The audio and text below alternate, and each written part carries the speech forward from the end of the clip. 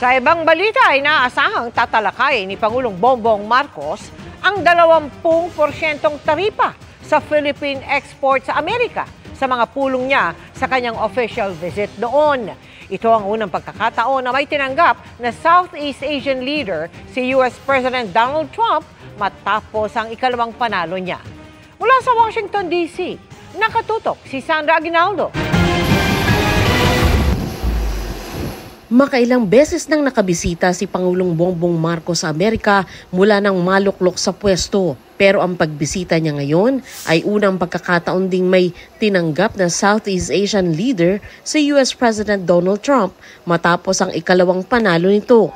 Sa kanyang official visit, pinatira siya ni Trump sa makasaysayang Blair House, guest house para sa mga bisita ng US President na katabi ng White House. It would be wonderful for him to stay there because when his parents were invited here by President Reagan, they stayed at the Blair House. Bantay sarado ng US security ang Blair House na sinugod ng mga kontra sa pagpupulong nila ni Trump.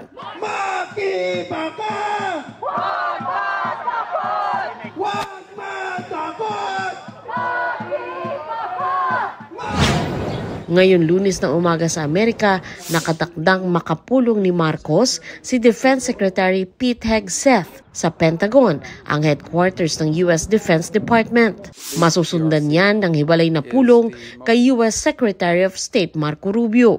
Inaasahang tatalakayin nito ang defense and security cooperation sa pagitan ng Pilipinas at Amerika sa gitna ng mga agresibong hakbang ng China sa West Philippine Sea. Isa po sa pag-uusapan dito yung 20% tariff na ipapataw ng Amerika sa mga produktong papasok mula sa Pilipinas sa pag-asang makabubuo ng trade agreement na makakabuti sa dalawang bansa. Para magkatugma yung relationship, kailangan tama lang for both sides. So we have to always think on those bases now. Hindi na pwede yung anong pwede natin makuha sa isang bayan.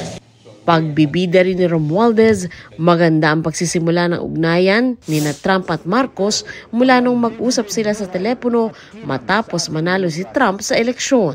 In that phone call, as you probably may recall, President Trump recalled his meeting Mrs. Imelda Marcos, the mother of the president.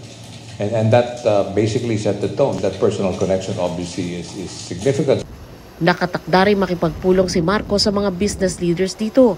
Kabilang dyan mula sa semiconductor industry, mga interesado sa Luzon Corridor, mga nagpaplanong mag-expand na negosyo sa Pilipinas, maging yung may mga malalaki ng negosyo sa bansa.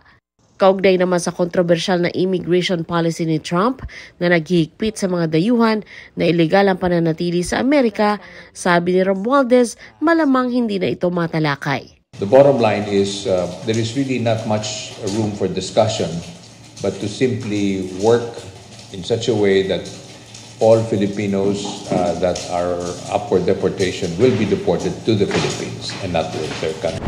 Mula dito sa Washington, D.C., Sandra Aguinaldo, nakatutok, 24 Oras.